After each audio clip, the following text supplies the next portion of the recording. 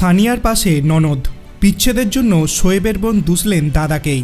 ক্ষুব্ধ পরিবারের অন্যরাও। সানিয়া মির্জা পাশে পেলেন ননদকে। বিচ্ছেদের জন্য দাদা শোয়েবের বিরুদ্ধে বিস্ফোরক অভিযোগ করেছেন তিনি। শোয়েবের তৃতীয় বিয়েতে পরিবারের সকলে ক্ষুব্ধ বলেও জানিয়েছেন।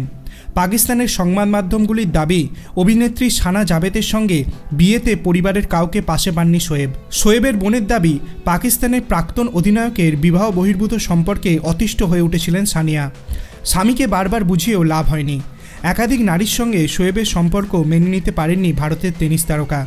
বিবাহ বহির্ভূত সম্পর্ক নিয়ে তারকা দম্পতির মধ্যে অশান্তি লেগেই থাকত।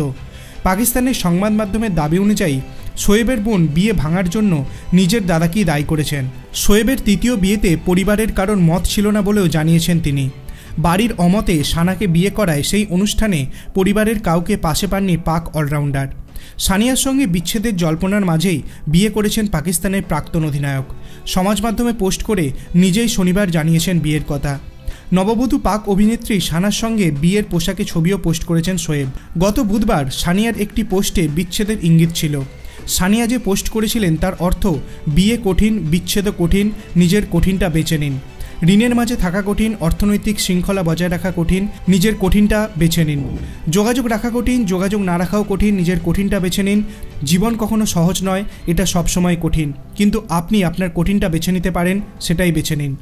আপনার কি মনে হয়, শোয়েব মালিক কি তার পরিবারকে পাশে পাবে? আপনার অভিমত আপনি কমেন্ট সেকশনে জানাতে পারেন। ভিডিওটি ভালো লাগলে লাইক করবেন, চ্যানেলটিকে সাবস্ক্রাইব করতে ভুলবেন না। ধন্যবাদ।